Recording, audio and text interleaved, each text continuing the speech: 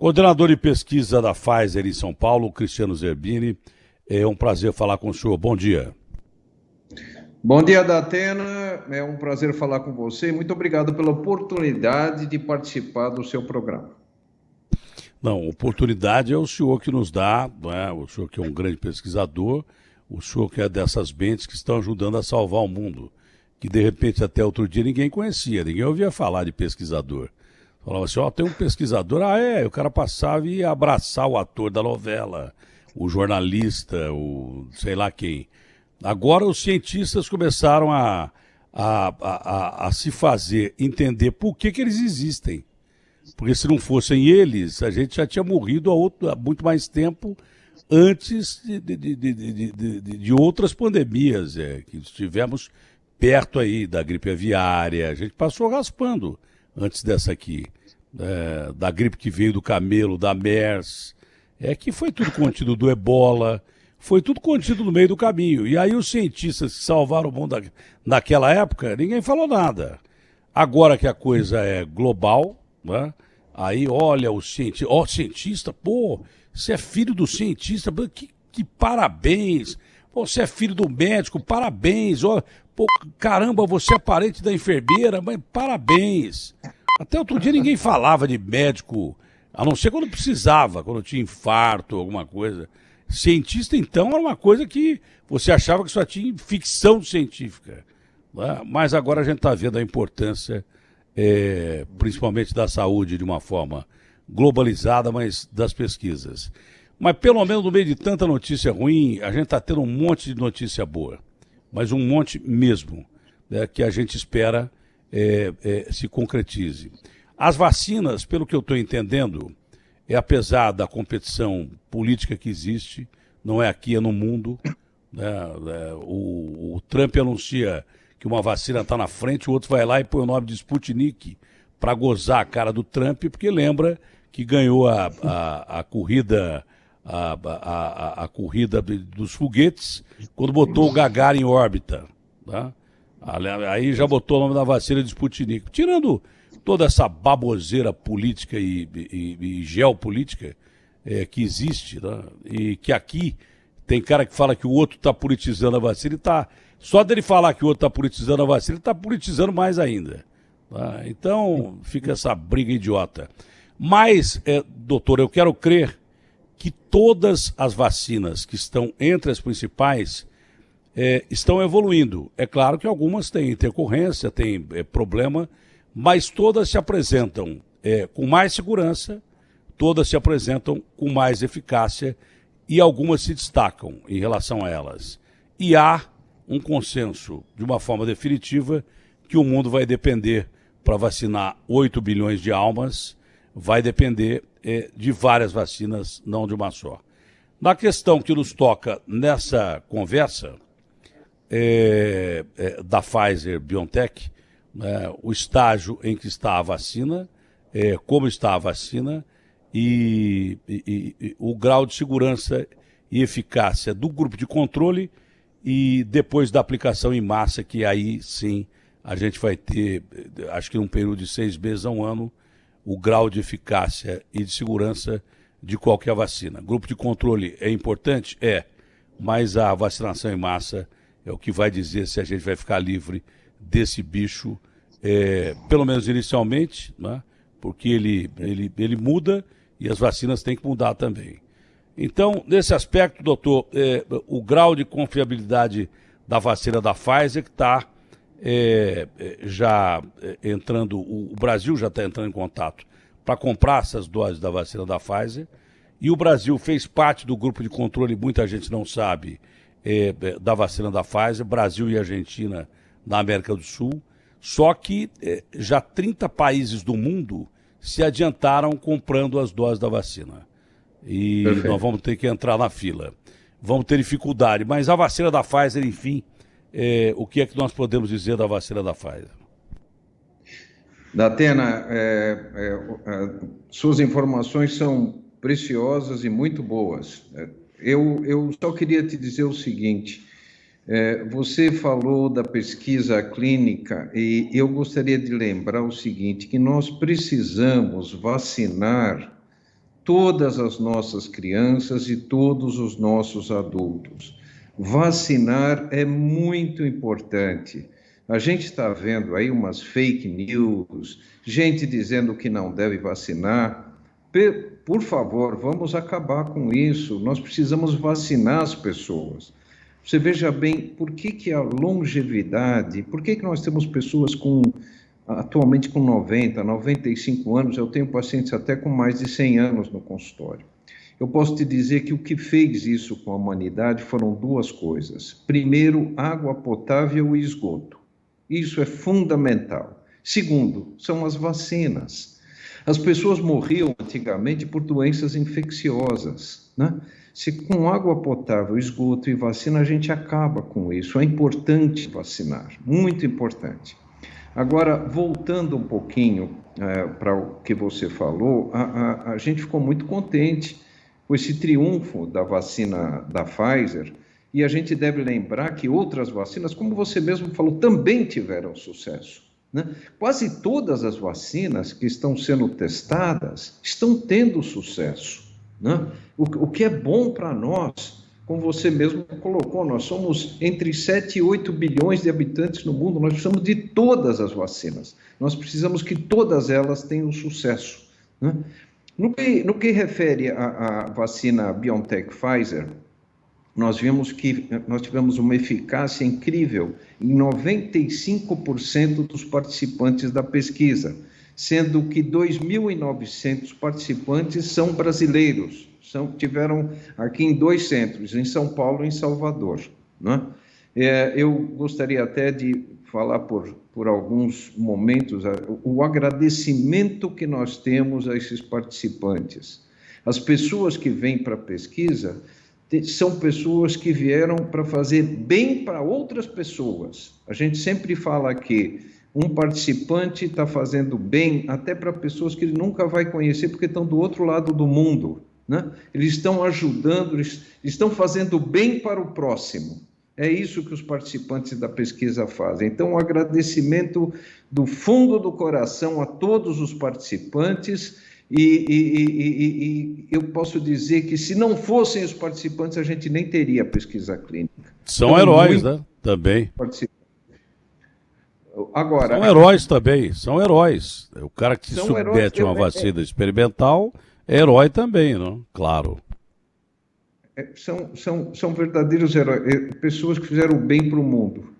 Agora, você veja bem, nós tivemos uma resposta de 95% de diminuição do risco da Covid. O que significa isso? Vamos colocar assim, se 100 pessoas vão pegar a Covid, 95 dessas pessoas que participaram não vão pegar a Covid. Então, de 100 pessoas vacinadas, apenas 5 pegariam a Covid.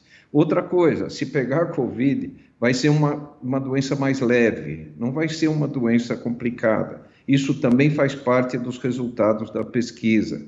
Agora, veja bem, dá até uma coisa impressionante. Nas pessoas entre 56 e 85 anos de idade, a vacina teve uma diminuição de risco de 94%. Isso é incrível, porque o sistema imunológico de uma pessoa com mais idade, ele não é tão responsivo quanto o sistema imunológico de um jovem. Mas mesmo nessas pessoas, a aplicação da vacina teve um sucesso muito, muito grande. Essa é uma grande notícia para todos nós. Outra que é melhor, né, doutor? Ela tem um amplo espectro de proteção. Ela é segura, perfeito, mas ela tem um amplo espectro de proteção. Ela funciona tanto para os mais jovens quanto para as pessoas de maior idade.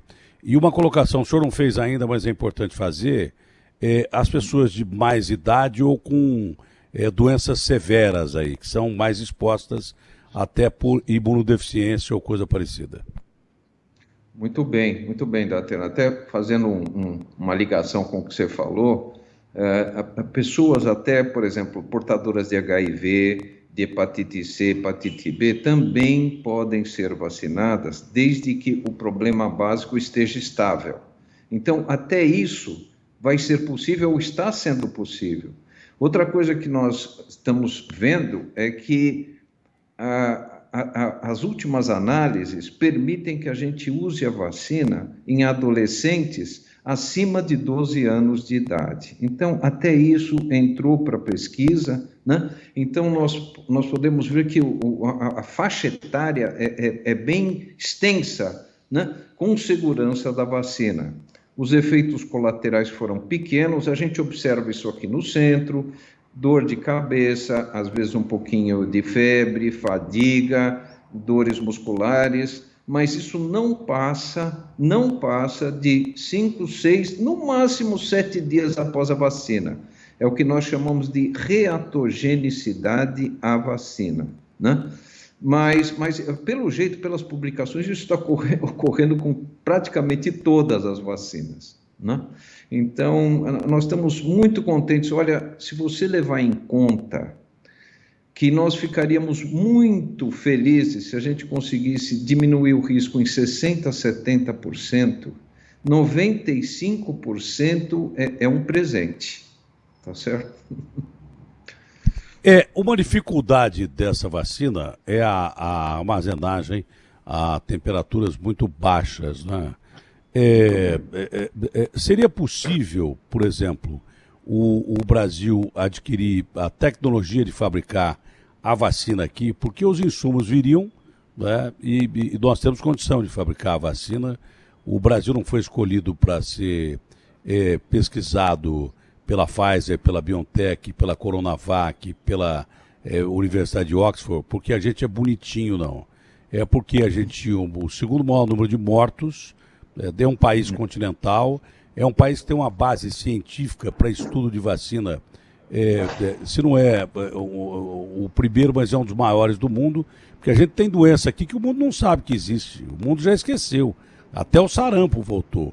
Então nós temos uma plataforma científica de base de análise de vacina tão boa quanto qualquer país de primeiro mundo. E temos a melhor forma de aplicação em massa de vacina do mundo. Não tem país que aplica vacina como o Brasil aplica. Pode aplicar igual, mas melhor não. Nós sabemos fazer campanha de vacinação, né? Então o Brasil não foi escolhido porque o Trump é amigo do Bolsonaro ou porque o Xi Jinping gosta do Dória. Não é por causa disso, não. É por causa dos cientistas que a gente tem, por causa da capacidade que a gente tem de vacinar em massa, de fazer campanhas de vacinação em massa, e por causa do alto número de pessoas contagiadas e mortas, não é? Em climas que são variados num mesmo país. O Brasil é um país continente, tem clima temperado, tem clima frio, tem calor, tem tudo aqui. Por isso que nós fomos escolhidos, não é porque a gente é bonitinho, não. Esse grau de se conservar a vacina no Brasil seria muito difícil. Você conservar a vacina a menos 70 graus, né? Que é um país tropical, verãozão está chegando aí, né? A gente teria que fazer uma série de adaptações. É possível a gente receber a tecnologia de fabricação e temos um instituto como Butantan, Fiocruz, que são capazes de fabricar, além da vacina que o Dória está recebendo hoje, da Coronavac, outras vacinas. Butantan pode produzir 1 milhão de doses de vacinas por dia, né? E poderia ajudar na fabricação de uma vacina como da Pfizer BioNTech. Antigamente isso era uma heresia. Você falar que um laboratório ia fornecer para outro laboratório transferência de tecnologia ou coisa parecida, o cara te matava, porque isso era segredo de Estado, só com espionagem industrial. Hoje, como o mundo todo está sofrendo com a pandemia, enquanto tiver um caso do ponto mais remoto do planeta, a pandemia não pode ser extinta, porque a pandemia começou com um caso. Começou com um. Então, se tiver um cara contaminado em qualquer lugar do planeta, você não pode falar que a pandemia acabou. Então, primeiro, a armazenagem da vacina, se é possível transferência de tecnologia, e a gente fabricar essa vacina aqui, né? E se o senhor acredita mesmo que cada vez mais os laboratórios vão conversar entre si, nesse primeiro momento, para parar essa pandemia que pode devastar a humanidade muito mais do que a gente imagina que devaste, porque por mais que a gente conheça o vírus agora, a gente já aprendeu a lidar melhor com o vírus, a tratar melhor o vírus, já aprendeu que ele se transfere mais pelo aerosol, respiração de falar, gritar, cantar em ambiente fechado do que superfície. E daí tudo isso a gente aprendeu. Está morrendo menos gente porque se trata as pessoas mais cedo e com um coquetel aí de remédios que está dando mais ou menos certo. Foi o que aconteceu com a AIDS, que até hoje não tem vacina, mas nós temos remédio. Agora, a mobilização fez com que a gente tivesse vacina antes de coquetel. Essa mobilização nunca houve no mundo, nem na época da AIDS. Então é possível transferência de tecnologia que o Brasil fabrica aqui e daí por diante? Datena, olha, nós temos grandes pesquisadores, excelentes universidades. Claro que a transferência de tecnologia é possível. O que precisa é haver conversações entre o Ministério da Saúde e a Pfizer, que já estão ocorrendo, viu? Já estão ocorrendo. E eu acho que, seguramente, há uma possibilidade de transferência. O Brasil está preparado para isso, como a gente está vendo aí, como você mesmo citou, com a Fiocruz e o Instituto Butantan. Outra coisa, nós temos o SUS. O SUS tem uma capilaridade enorme, e ele é fundamental no processo de vacinação da população brasileira. Né? Nós temos que defender o SUS a todo custo, né? Porque ele é muito importante para todos os brasileiros. A vacina deve ser grátis para toda a população brasileira, igualmente, sem diferença de aspectos econômicos de uma ou outra pessoa. Tem que ser grátis, tem que ser para todos igualmente. Agora, voltando um pouquinho ao transporte, que é uma pergunta que se faz mesmo, porque a vacina BioNTech Pfizer, ela deve permanecer conservada a menos 70 graus Celsius. Como é que nós vamos resolver esse problema? Bom, duas coisas. Primeiro, a Pfizer, né, além da vacina, ela está com um estudo de uma caixa menor, facilmente transportável, que conserva a vacina a menos 70 graus, com base um pouquinho em gelo seco, tá certo? E isso consegue manter a vacina...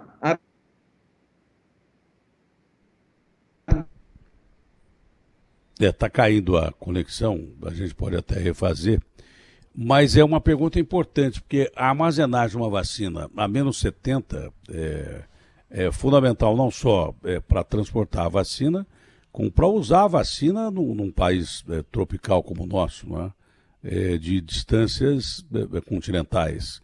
Vai mandar a vacina para Manaus, mandar a vacina para Belém do Pará, vai mandar a vacina para o Rio Grande do Sul, de onde ela é recebida, é complicado. Então, já entendi, o doutor está dizendo que não adianta nada, né, você ter uma vacina que você não tenha como transportar. Mas os caras é por isso que os caras são inteligentes pra caramba, ganham um prêmio pra caramba. O importante não é só a vacina, tem que ter um lugar para transportar. Então os caras já estão pensando na caixa. É que nem o Steve Jobs. O Steve Jobs, ele não era gênio à toa. Ele aperfeiçoou o telefone, mas ele entendia que a embalagem do telefone era tão importante quanto o telefone, porque o cara ia lá, pegava a embalagem, abria e falou, pô, estou comprando uma coisa importante. Ali era um caso de marketing, aqui não. Aqui é um caso de ciência pura. Não adianta nada você ter uma vacina que você não pode transportar. Então, pelo que eu entendi, a Pfizer está desenvolvendo com quem de direito, não é? Deve ser companhia de refrigeração ou coisa parecida, uma caixa para transportar essa vacina com mais maleabilidade. Não precisa ser um caixote enorme. São caixas menores que caibam uma grande quantidade de vacina na temperatura adequada. Seria mais ou menos isso? Perfeito, Datena. Você falou tudo. Quer dizer, não adianta você fazer só a vacina, você precisa se preocupar com a logística, com a distribuição. Eu tenho a impressão que isso vai ser resolvido, mas muito brevemente. Eu só queria aproveitar para dizer para você que esse problema já existiu no continente africano com uma vacina para uma doença chamada ebola. Uma companhia fez a vacina chamada Ebov, que tem que ser conservada, imagine você, a menos 80, tá certo? Então, o que eles fizeram? Desenvolveram pequenos containers, mas bem pequenos, você pode carregar o container, uma pessoa carrega. Ele mantém a vacina por vários dias a menos 80 e é fácil, você pode tirar e colocar a vacina de dentro do container rapidamente que ela não denatura. Então, existem, eu acho que não vai ser um grande problema, porque nós temos instrumentos técnicos fáceis, vamos dizer assim, menores, que podem ser carregados facilmente, transportados. Eu tenho a impressão que isso não vai ver um problema de logística, não. Olha, da mesma maneira que a Anvisa tem que aprovar as vacinas aqui, o FDA lá dos Estados Unidos, a Anvisa deles, aprova a vacina lá. Lá nós estamos vivendo uma fase tão terrível que um estado como o Texas, é um estado da maior potência econômico-militar do mundo, está tendo que alugar caminhão frigorífico para colocar cadáver. Todo dia passa de 150 mil casos nos Estados Unidos, recorde todo dia. A internação aumenta a cada dia que passa. Mas isso, em momento nenhum, vai prejudicar nem a segurança e nem a eficácia da vacina. A ciência não permite isso. Por pior que seja a condição, eu tenho certeza absoluta, doutor, é importante que as pessoas entendam isso, vão receber vacinas totalmente seguras, com um grau de confiabilidade muito grande, quer dizer que o remédio não seja pior que a doença, talvez com eficácia maior ou menor, mas a segurança vai ser total de quem receber as vacinas, tanto aqui, quanto nos Estados Unidos, quanto na Europa, não vai se pular etapas, né? Mas lá já parece que está em fase de aprovação e aplicação emergencial em boa parte dos Estados Unidos da vacina Pfizer-BioNTech. Perfeito. É isso mesmo, Datena. É exatamente isso que você falou, a logística, o transporte, ele está todo sendo calculado e nós temos que pensar o seguinte, embora a gente more aqui em São Paulo e tenha, vamos dizer, um pouco mais de facilidade, o que a gente quer é que todos os brasileiros, de todos os estados brasileiros, na cidade mais longínqua que tiver, que todos tenham a mesma oportunidade, todos possam ser vacinados, sejam vacinados com boas vacinas, vacinas potentes, e nós queremos acabar com essa pandemia no mundo inteiro, e nós brasileiros queremos acabar com a pandemia aqui no Brasil, né? O esforço está sendo muito grande e vamos torcer para isso acontecer. Por ser a vacina teoricamente bem barata, né? Ela é muito mais barata que a Moderna, que está dando certo nos Estados Unidos. Por ser um laboratório menor também, deve ter mais custo e daí por diante, né? São $35 contra 25 da vacina Pfizer-BioNTech. Por ser a vacina mais procurada hoje no mundo pelo grau de eficácia e publicações científicas e daí por diante, pesquisa mesmo, né?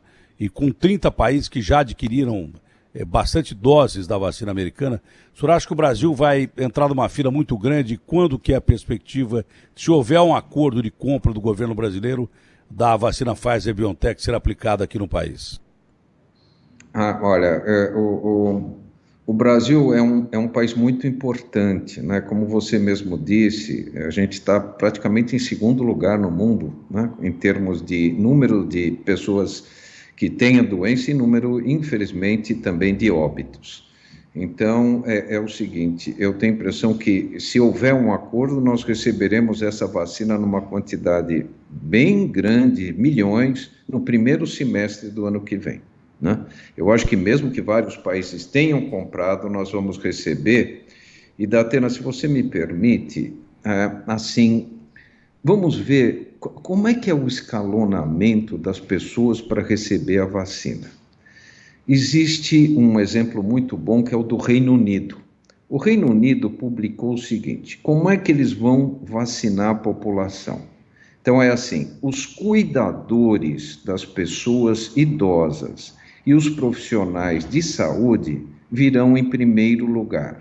Depois virão, a divisão vai ser por idade. Em segundo lugar, pessoas com 80 anos ou mais, depois 70 anos ou mais, depois 60 anos ou mais, depois 50 anos ou mais, depois toda a população. Então, existe um escalonamento, quer dizer, não vai haver uma vacinação de todo mundo ao mesmo tempo, vai haver um escalonamento. E com isso, com esse escalonamento que vai ocorrer, na minha impressão, no mundo todo, vai dar tempo de ir fabricando as vacinas, fabricando e distribuindo. Isso vai depender muito da logística de cada país. E pessoas com doenças crônicas e graves entram nesse escalonamento ou depende da idade também? Não, eles entram nesse escalonamento, mas vai ser, por exemplo, grupos separados, né? Então, mesmo que você tenha as idades, aquelas pessoas que têm, por exemplo, o que nós chamamos em medicina de um grau de morbidade. Morbidade é tudo aquilo, qualquer doença. Então, vamos supor uma pessoa com diabetes, uma pessoa, assim, muito obesa, né, com um índice de massa corporal muito alto, tá certo? E pessoas com doenças crônicas, por exemplo, uma doença respiratória crônica, essas pessoas terão preferência. Já entendi, o senhor está falando de mim. Eu sou obeso, tenho diabetes há muito tempo, porque operei o pâncreas e sobrevivi a um tumor de pâncreas, graças ao Marcel Machado, ao Juquemura. Tive um infarto faz pouco tempo e tenho mais de 60 anos de idade. Então o senhor está falando de mim. Mas, doutor, o senhor sabe que eu nunca, depois desse escalonamento que o senhor falou, o que tem gente que está torcendo para... É a primeira vez que tem gente que está torcendo para ter 80 anos ou mais. Pô, eu queria ter 80 anos ou mais, cara. O que tem é a primeira. É porque dizem que a velhice traz sapiência, é a primeira vez que eu vejo velho, né? Eu sou idoso, querer ser velho. Pô, que legal, eu tenho 70 anos de idade, que legal, eu tenho 80, hein? Ah, não, eu tenho 75 e tal. Bom, doutor, a gente de vez em quando tem que amenizar, porque a situação realmente é muito grave. Eu costumo dizer que a gente parece que acorda todo dia no mesmo pesadelo, né? A gente acorda no pesadelo que você tem durante o sonho, mas ele não acaba quando se acorda, ele continua no mesmo pesadelo. Então o mundo precisa de boas notícias e graças a Deus a gente tem essas boas notícias, não só com a vacina Pfizer-BioNTech, como a de Oxford, como a Coronavac e outras tantas vacinas, a vacina russa, vacinas que estão surgindo no mundo. Foi um prazer imenso em conversar com o senhor. Muito obrigado pelo seu tempo dedicado à sociedade, ao senhor e a tantos cientistas, a médicos e enfermeiros, a quem cuida de limpeza de hospital, a pessoa de linha de frente, quem cuida de idosos, a todos vocês, o nosso reconhecimento e muito obrigado por essa luta para amenizar essa praga que com certeza já passou para a história da humanidade. O senhor tenha um bom dia e saúde acima de tudo. Obrigado, Datena, obrigado pela oportunidade de participar do seu programa e ver você tão bem assim, com saúde, trabalhando, e vamos todos nós nos unir para fazer essa pandemia acabar, quem sabe o ano que vem, vamos torcer. Essa notícia vem em boa hora, porque o mundo acaba de bater o recorde em termos de casos exatamente agora, acaba de bater o recorde, então a notícia vem em boa hora, né? Ao mesmo tempo que a gente tem notícias de que a pandemia aumenta no mundo inteiro, nós temos notícia de que as armas para combater essa pandemia também aumentam, né? Graças a Deus.